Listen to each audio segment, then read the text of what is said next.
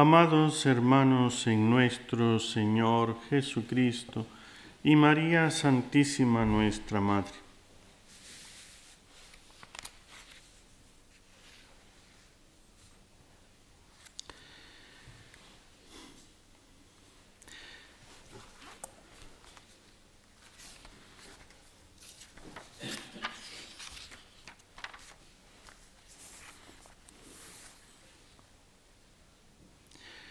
Cuando en 1983 el Papa Juan Pablo II reunió a los obispos de todos los países del mundo para el sínodo en Roma, el tema que trataron fue el de penitencia y reconciliación.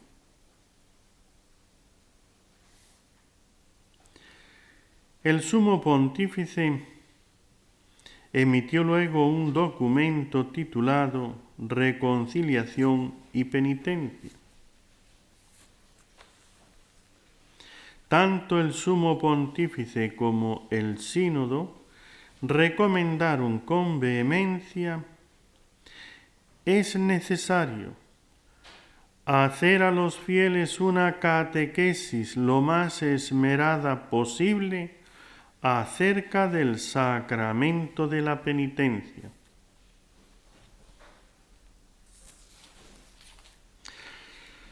Dicen,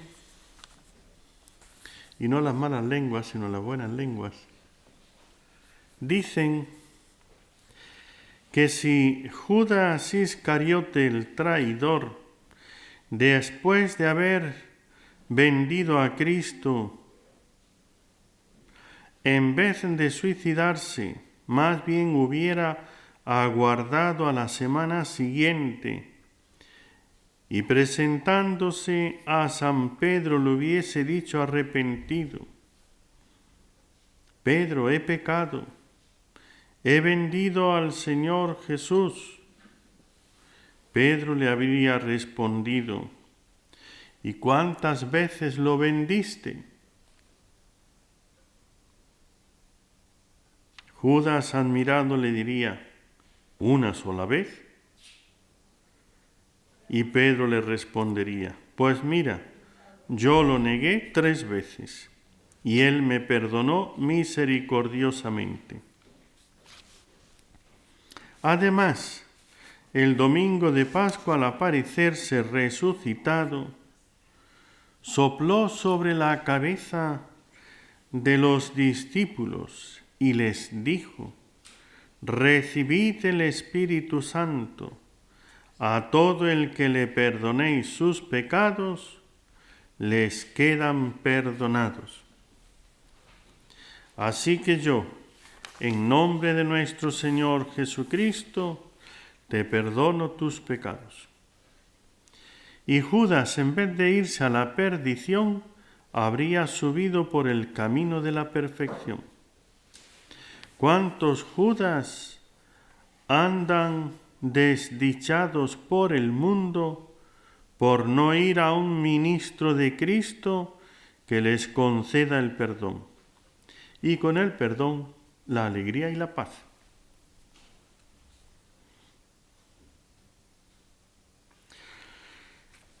Cuando uno trabaja en el apostolado, a veces se comprueba, lamentablemente, que muchas personas hacen solamente 3 confesiones en su vida y las 3 las hacen mal. La primera es en la preparación para la primera comunión. Están tan pequeñitos, tan deficientemente preparados, con tanto susto en la primera vez, que ni saben lo que dicen, ni lo que se les dice.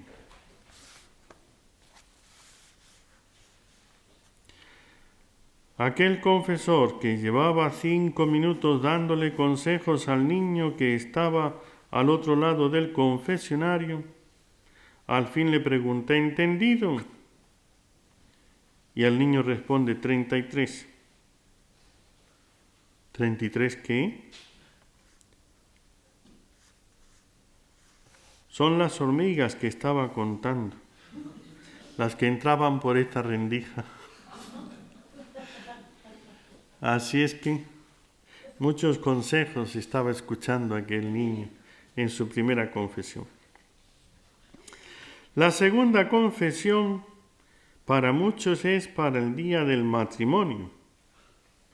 Piensan en todo, los vestidos, la fiesta, etc. Pero en vez de ponerse en paz con Dios, nada. Dejan para confesarse la última hora, dicen un par de bobadillas, de tonterías, y los verdaderos pecados graves no los dicen, ni se arrepienten de ellos. Y como en la confesión no se perdona sino aquello de lo que uno pide perdón, se les quedan casi todos los pecados por decir, y como los pecados o se perdonan todos, y me tengo que arrepentir de todos, y los tengo que confesar todos, o no se perdona ninguno, pues se quedan igual que estaban. Pero eso sí, con la conciencia de que han hecho una confesión, mal, pero la han hecho. Y la tercera vez es a la hora de la muerte. Y el sacerdote sabe que confesión de enfermo es confesión enferma.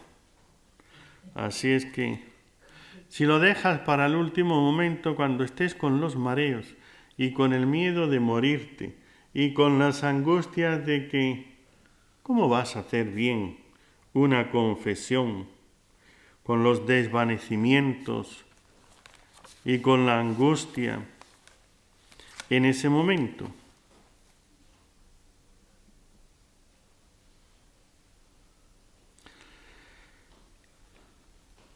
Llega el sacerdote, y esto lo vemos, ¿no? Eso es lo que decimos, ya murió con los sacramentos. Llega el sacerdote, atiende al moribundo, pero claro, como el sacerdote después no puede decir lo que pasó en la confesión, sencillamente tiene que callarlo. Después se marcha el sacerdote, murió con los sacramentos, así que un santo ya se fue para el cielo, ha recibido los sacramentos y ya está en el cielo.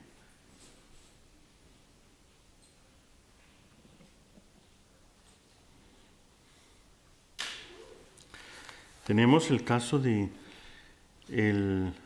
aquel niño Carlitos de San Juan Bosco, que se murió.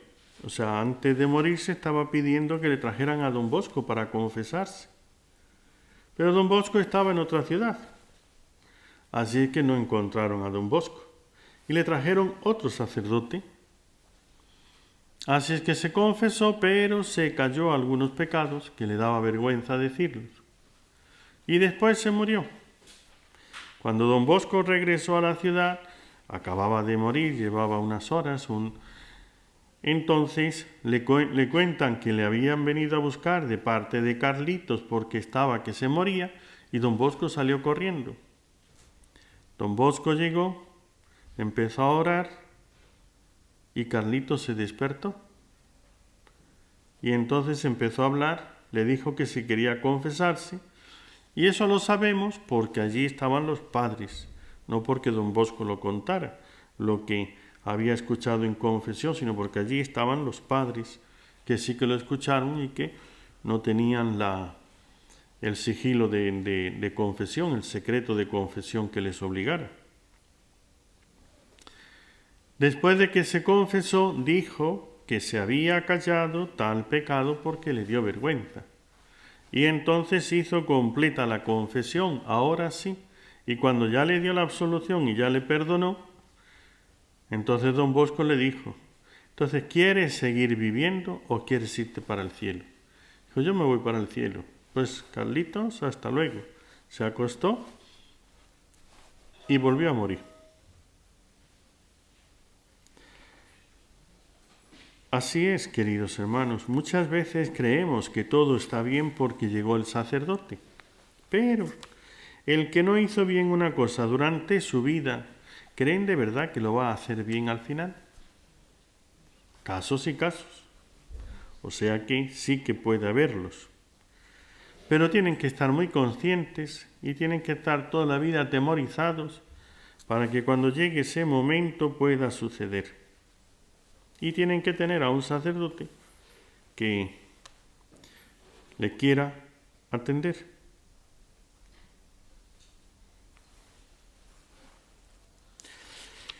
Ese dicho que ya conocemos, cómo se vive, se muere.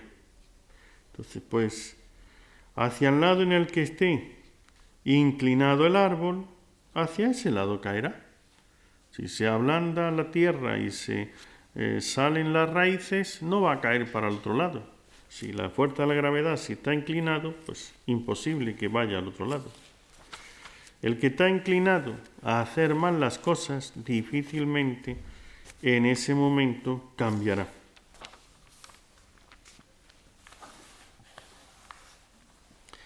¿Cuándo comprenderemos la importancia de hacer bien los sacramentos? Vamos ahora, hoy quería hablar de uno de los casos difíciles. Basta con el nombre, para algunos ya les dice todo, para otros no les dirá nada. Se llama Matt Talbot. Matt Talbot es un obrero irlandés, un humilde obrero del siglo XX. En una época en que estaba de moda el socialismo y el comunismo, ha sido albañil, cargador de leña y guarda de almacén de un astillero.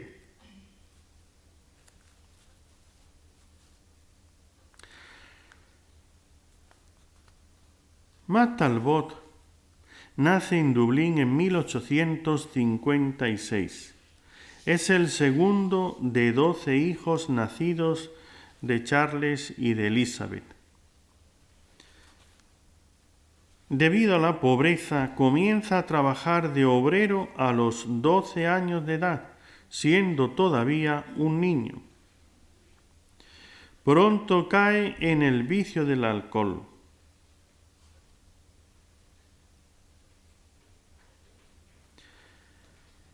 Un sacerdote le ayuda dándole un programa de rehabilitación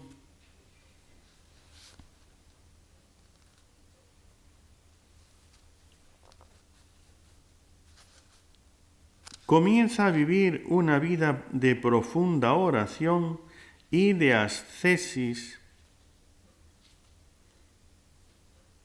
y no solamente deja el alcohol, sino también el cigarrillo. Era un fumador empedernido. Hacía ayuno y oración incluso en las jornadas de trabajo. Murió a los 70 años de edad el 7 de junio de 1925. Juan Pablo II lo reconoce como venerable en 1973 y está en fase final del proceso de beatificación. Matt Talbot.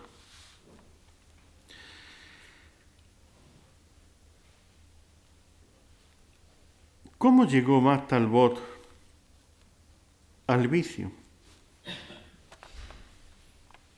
Fue muy sencillo, empezó a trabajar a los 12 años, pero empezó a trabajar en un almacén de vinos. Y los otros empleados entendían que los vinos había que catarlos. Así es que cuando llegaba un vino había que catarlo, a ver cómo era. Y claro, él con 12 años, pues hacía lo mismo que los demás. Empezó a catar los vinos y ya se enganchó. Su padre, que por supuesto aquello no le gustaba, que era muy recto, muy católico y no tenía el vicio, aquello le disgustó mucho cuando se enteró y entonces empleó aquellos métodos de entonces, hasta la correa. Así es que la correa ya sabemos, ¿no? No lo voy a describir. Puntos suspensivos. Y entonces lo que hizo fue cambiarle de trabajo. Así es que le sacó del almacén de vinos y le puso a trabajar en el puerto de cargador. Solamente que los cargadores, en vez de beber vino, bebían whisky. Así es que cambió del vino al whisky.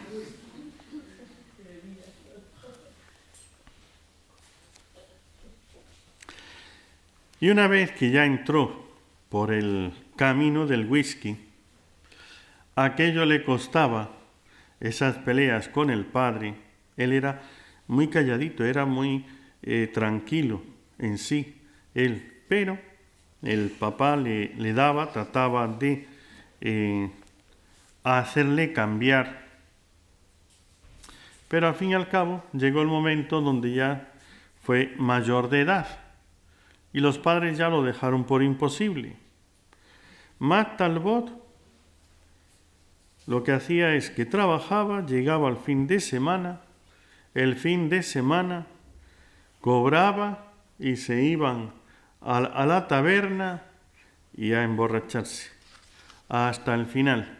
Ya para el martes ya no tenía dinero.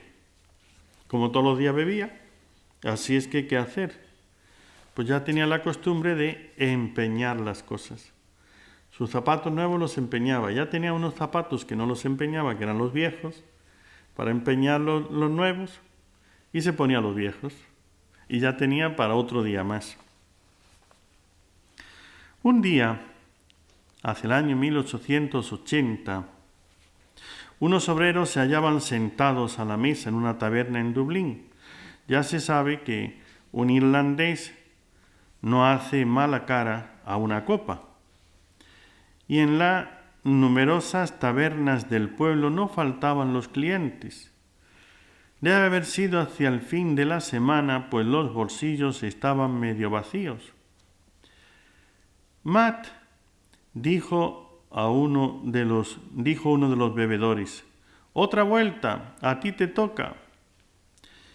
Y Matt, como era de pocas palabras, metió las manos en los bolsillos y sacó.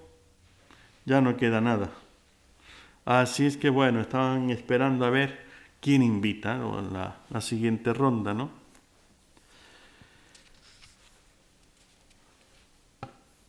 Tenía 24 años. En eso entró en la taberna un violinista. Entonces todo el mundo se pone contento. Aquel empieza allá y están hablando. Y en esto, pues otro obrero le dice a Matt: «Oye, mira», y estaba allí el violín con el que se ganaba la vida, «¿y si lo empeñamos?». Matt, que era de pocas palabras, simplemente contestó con una sonrisa.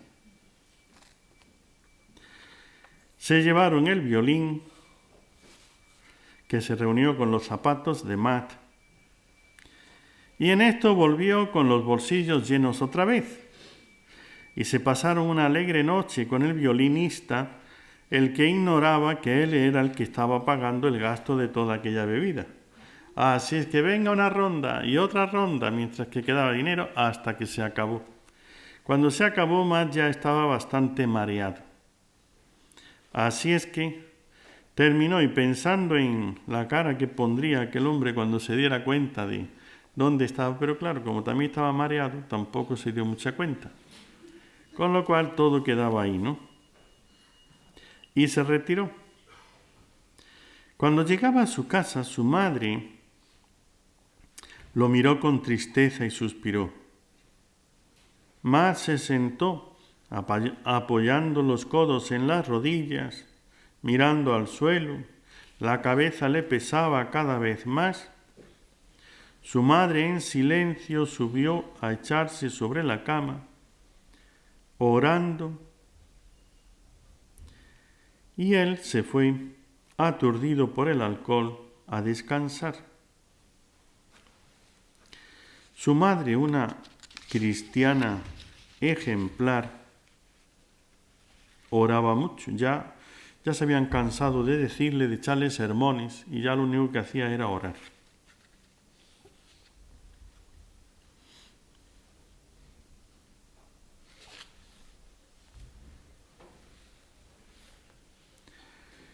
Y es el contraste, ¿no? Su padre, Carlos Talbot, capataz en los muelles del puerto, era un hombre serio, honesto, jamás probaba una bebida alcohólica. Pertenecía a la congregación de la Inmaculada Concepción, comulgaba frecuentemente. Elizabeth, la mamá, era de la misma piedad. Con el rosario siempre en la mano parecía estar en continua oración. Se le consideraba como una santa.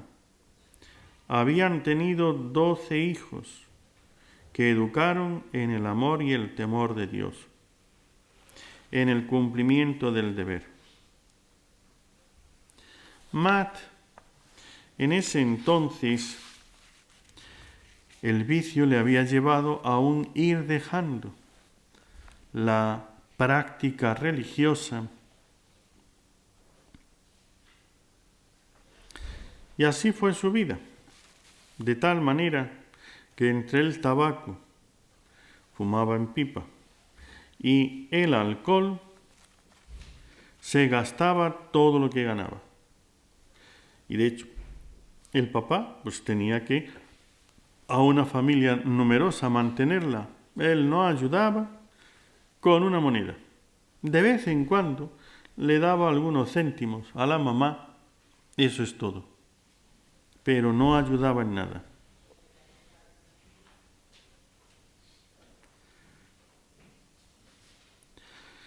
Y vino lo que es la mejor de las desgracias. Y vino el quedarse sin trabajo.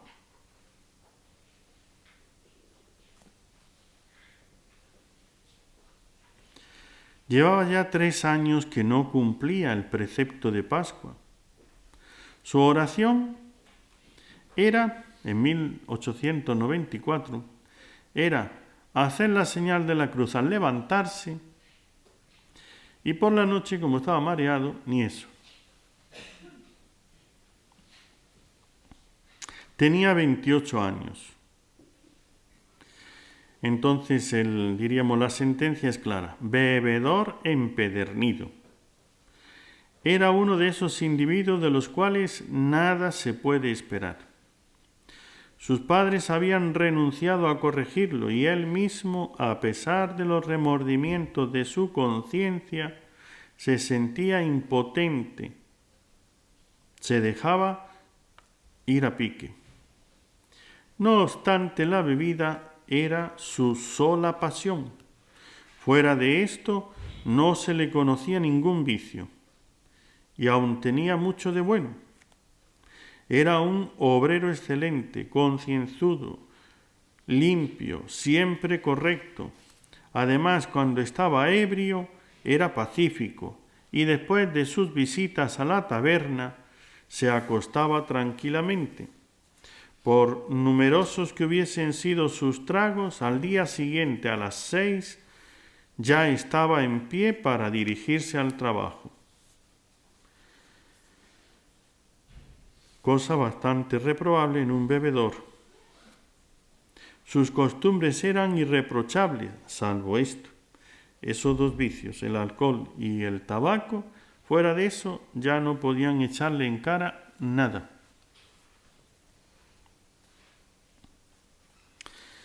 Su madre hubiera querido que se casara, y de esto le habló en repetidas ocasiones, pero él se contentaba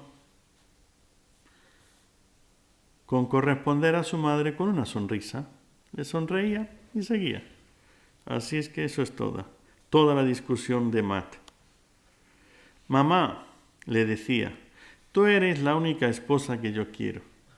Así es que me da de comer, me lava la ropa, ¿qué más quiero? Ya, ¿ve?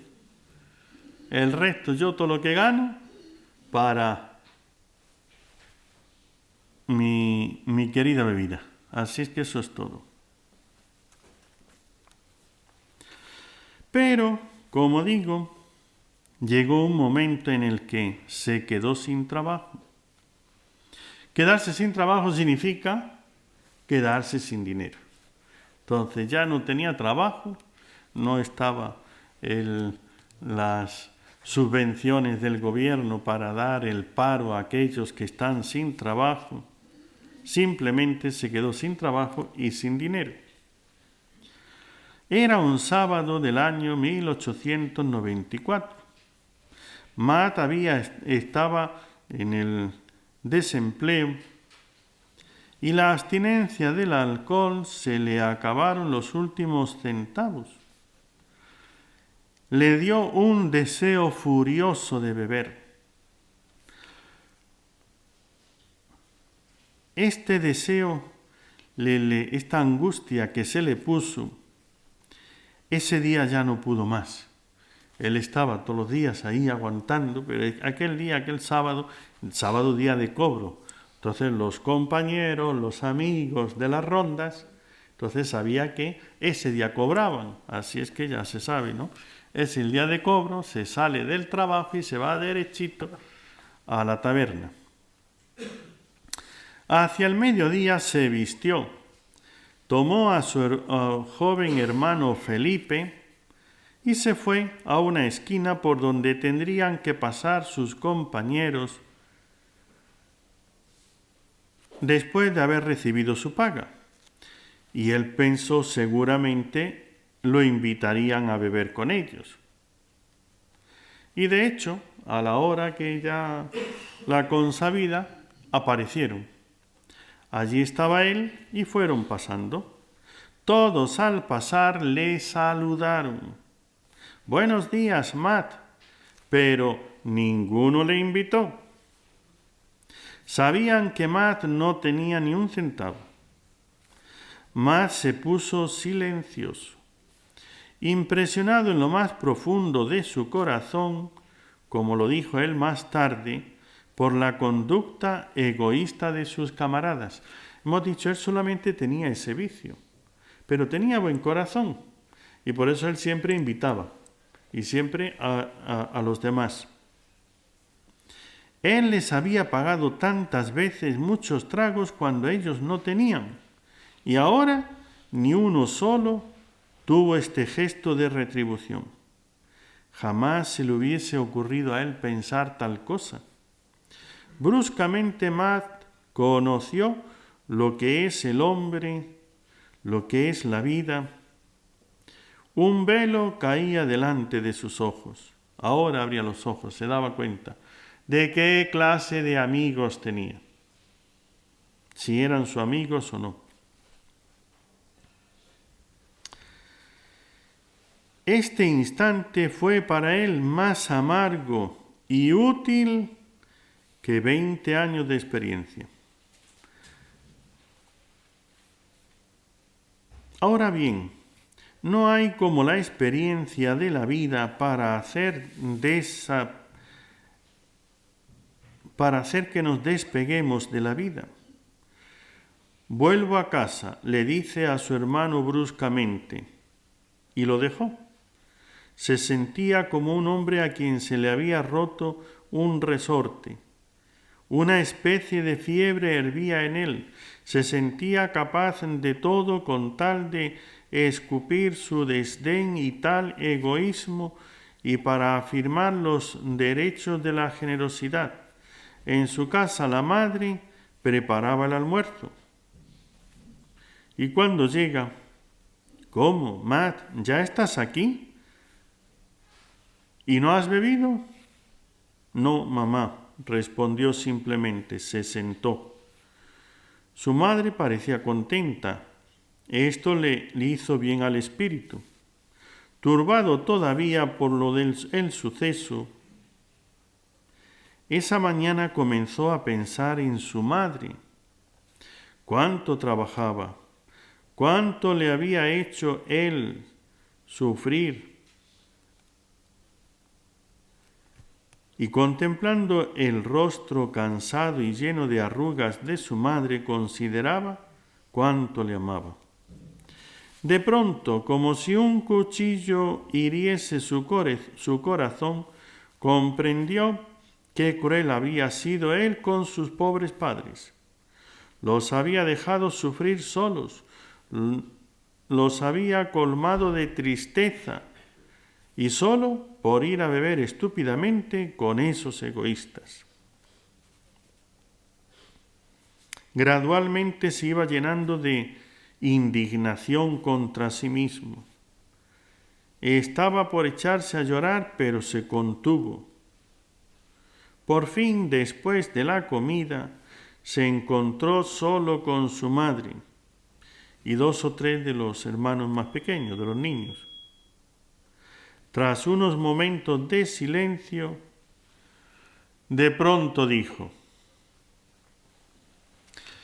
me voy a hacer el voto de abstinencia para no beber. Todo esto es el mismo día, ¿eh? Ha estado sufriendo ese impulso del beber, le ha empujado a ir a la esquina allí a esperar a que alguien le invite.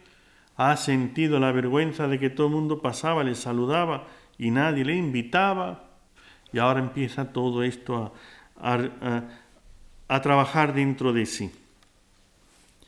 Después de ver todo lo que ha pasado, cómo ha tratado a sus padres, cómo aquellos amigos, falsos amigos y demás, me voy a hacer el voto de abstinencia para no beber.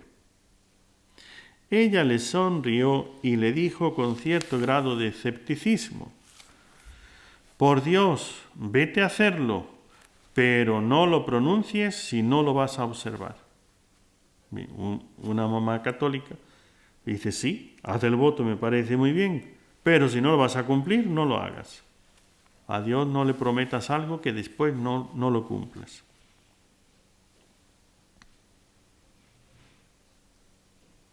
Lo pronunciaré en el nombre de Dios. Después de ponerse su ropa de calle, salió de casa. Al pasar el umbral de la puerta, su madre, mirándole con dulzura, tan solo le dijo: Dios te dé la fuerza de observar ese voto. Se dirigió al colegio de la Santa Cruz, no lejos de la casa, pidió un sacerdote, se confesó y pronunció su voto, pero no se atrevió a hacerlo más que por 3 meses para comenzar.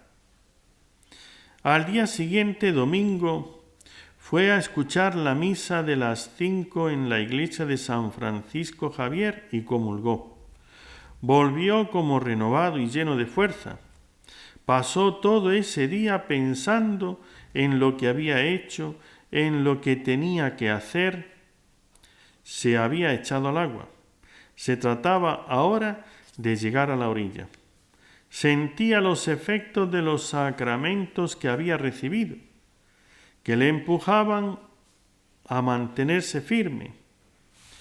El hecho es que en esos momentos ya casi no sentía más la necesidad de beber, que antes lo dominaba, pero también sabía muy bien que eso no duraría, y divisaba, no sin temor, estos 3 meses que debía pasar en seco. Se daba cuenta de su fragilidad, comprendió que era imprescindible tomar decisivas medidas y las tomó. se entabló la lucha con resolución. Este es uno de los puntos fundamentales que todos tenemos que comprender. Cortar con una pasión no es decir ya no voy a volver a hacer esto. Es tomar medidas. Es decir, no voy a ir con estos amigos, no voy a hacer aquello, tengo que hacer esto, lo otro, tengo que hacer oración, tengo que pedirle a Dios, tengo que mantenerme con los sacramentos.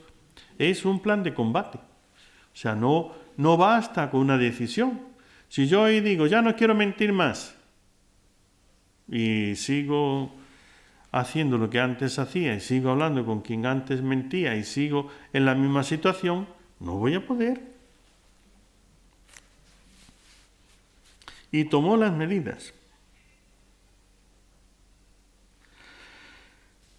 Al día siguiente volvió a la misa de las 5 y desde entonces lo hizo todos los días, asegurando así el socorro de la gracia divina y la fuerza que necesitaba, que pedía para su gran debilidad. Preveía aquellos momentos más duros. Serían por la tarde, claro. En la tarde es cuando los camaradas iban a buscarle. Era cuando él tenía que huir. Después de la comida, se dirigió a un barrio lejano de la ciudad, entró en una iglesia y de rodillas delante del sagrario se puso en oración, suplicando a Dios los fortaleciese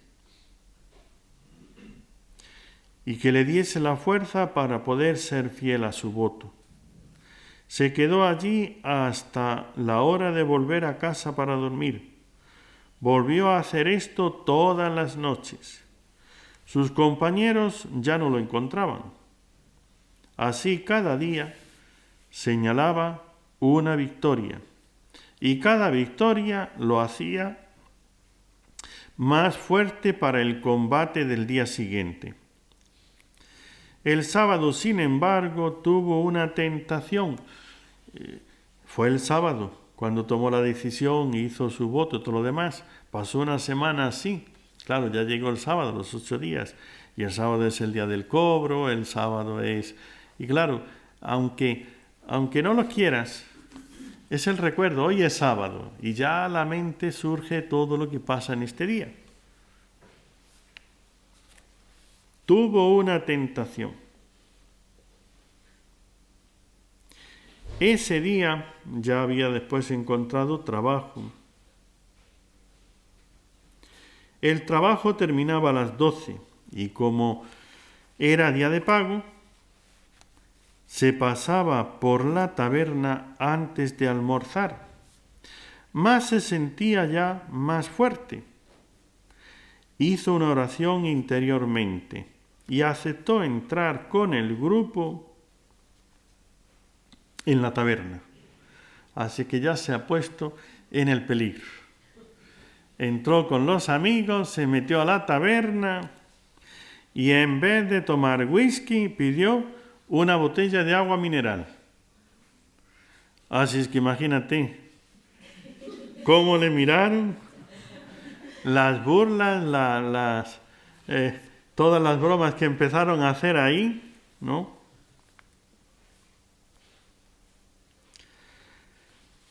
Fue un asombro general, las bromas llovieron, mas se contentó con sonreír, como ya se había habituado a hacerlo cuando se burlaban de él, bebió su agua tranquilamente y se despidió.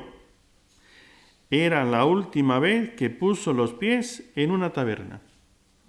Así se despidió de la taberna. Antes se había despedido del alcohol, ahora de la taberna.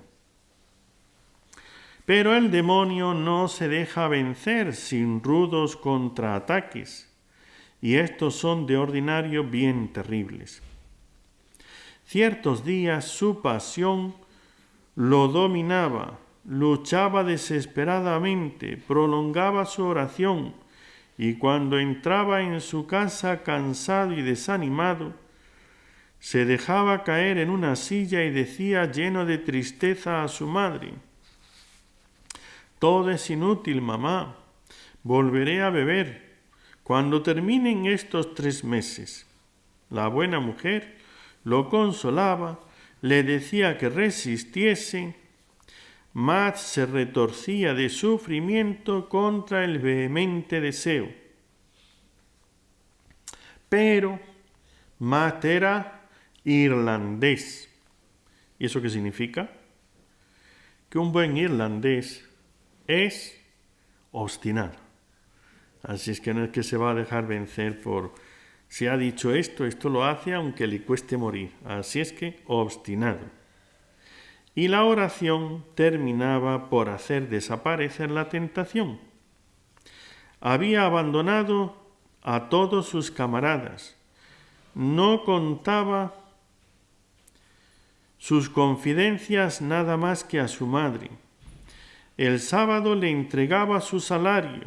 Ahora, ya después de esto, empezó y ya llegaba el sábado y le entregaba el dinero a su mamá. Ahí tienes. Allí yo ya no tengo la tentación en la mano para irme a beber. Después se iba a entablar la lucha contra sí mismo delante del Santísimo Sacramento. Ahí está, ¿bien? La fuerza. Le sucedió lo que sucede a todos aquellos que perseveran en la oración. La fuerza a fuerza de frecuentar al dueño de todo bien, comprendió cuán dulce es el Señor. Dios se le fue manifestando gradualmente a medida que éste se iba purificando de su contacto con el alcohol. Allí, delante del tabernáculo, se encontraba también, se sentía fuerte, puro y admirablemente seguro. Ahora se sentía impulsado a ir a la iglesia como en otros tiempos lo hacía a la taberna. Su hermana declaraba: durante estos 3 meses la piedad lo subyugó. Cada día amaba más las iglesias y se había habituado a pasar en ellas el resto del día apenas terminaba su trabajo. Cambiar las costumbres. Sin un cambio de costumbre es imposible salir del vicio. Por eso es una decisión, una determinación, un propósito que hay que hacer. Pero eso estamos poniendo aquí. Matt Talbot nos da este ejemplo de una persona que ha caído en el alcoholismo, que es que era todos los días tenía que emborracharse.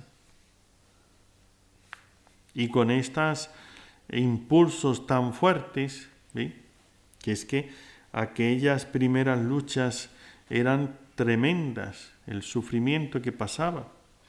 Pero cambiando de ambiente, cambiando de costumbre, yéndose y acostumbrándose a la adoración al Santísimo y su oración, con los sacramentos, la ayuda de Dios, la confesión y la comunión y la misa, fue como pudo ir superándolo. Y así llegó al término de los 3 meses. Son 3 meses de lucha, de combate.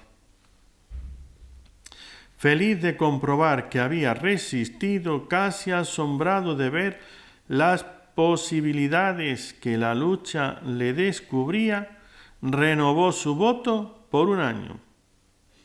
Y después de este, lo hizo por toda la vida. Ese fue el proceso. Primero 3 meses, después 1 año y después ya sé que puedo toda la vida.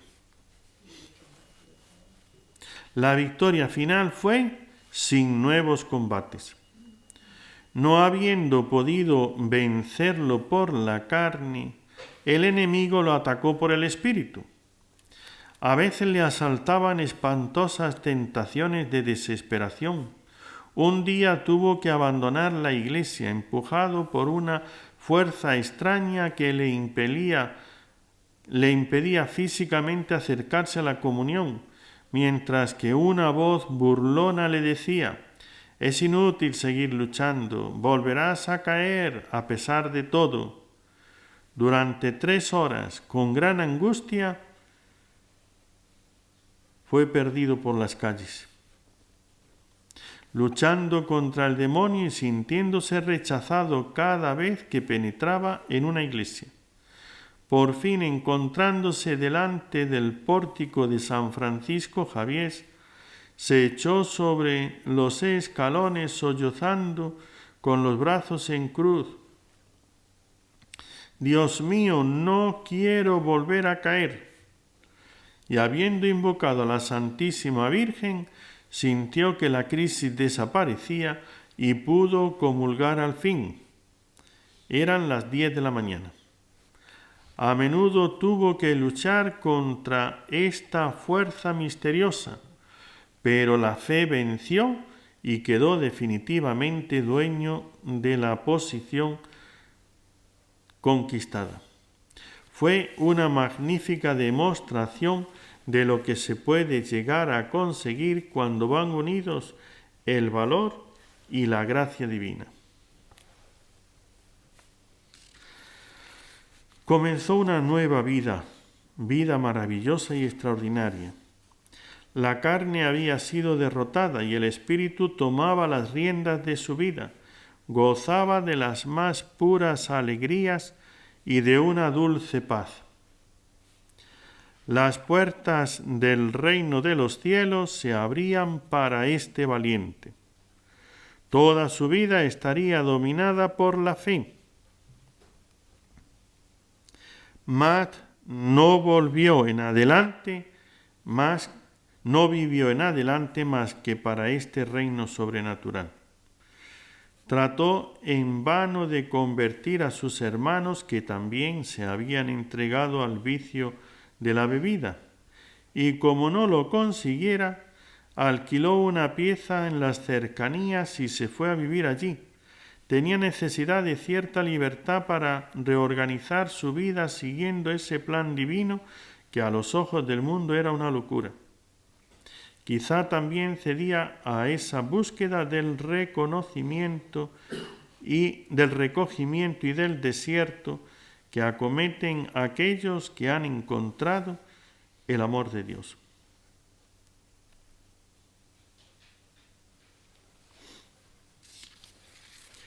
Y ahí comenzó una nueva vida. Su madre o su hermana le preparaban la comida y él se dedicaba. El trabajo, que en esto era una persona fiel que cumplía de toda confianza.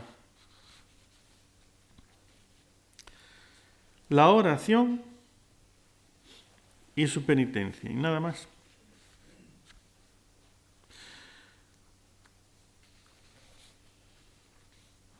Una joven, viendo cómo la conducta intachable de este hombre, le propuso casarse. Y aquí son las mujeres las que le proponían casarse a él.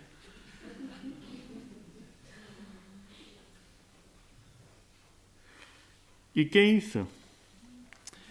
Como también, pues, como hombre, ¿no? Sentía aunque él tenía el cariño de su madre y de su hermana, pero también sentía, pues, la necesidad de ese cariño, y entonces le pidió el tiempo de una novena para ver qué es lo que quería. Se puso a hacerle una novena a la Santísima Virgen a ver si se casaba o no. Y al final fue a la joven y le dijo que le había dicho la Virgen que no se casara. Así es que lo olvide, que eso no es para él. De hecho, si se hubiese casado, pues su vida hubiera cambiado. Él tenía en la cama, había clavado sobre unas tablas sin cepillar, sobre las que dormía sin cubrirlas con nada. Simplemente eran unas tablas y después unas tablas ahí sin cepillar y sin nada, y sobre eso, sin nada, ahí se acostaba. Así podía hacer pasar sus momentos libres en oración. En principio siguió fumando, se quitó del alcohol, pero todavía le quedaba el tabaco. Y un día acababa de comprarse una pipa, una bolsa de tabaco, y un amigo le pidió tabaco. Así es que su pipa nueva y su bolsa de tabaco se lo entregó todo, toma. Y ahí lo dejó definitivamente y ya no volvió a fumar.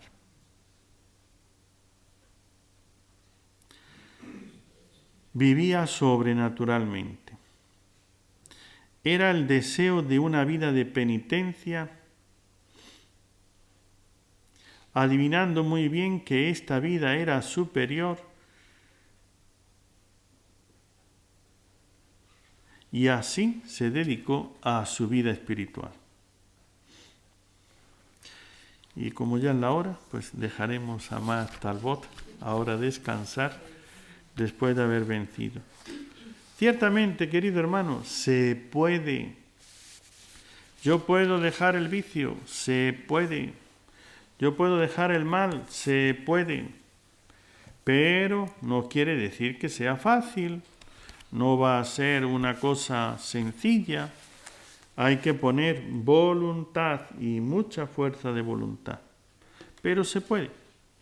Así es que no te desanimes. Y ale, a ver qué es lo que tenemos que dejar. Porque siempre tendremos algo que dejar. Si no es el alcohol, pues será el tabaco. Me refiero, si no es la pasión dominante, la fuerte, la que le trae en esa locura, será la otra, la que también le arrastra y le hace perder, pues en este caso, dinero y salud.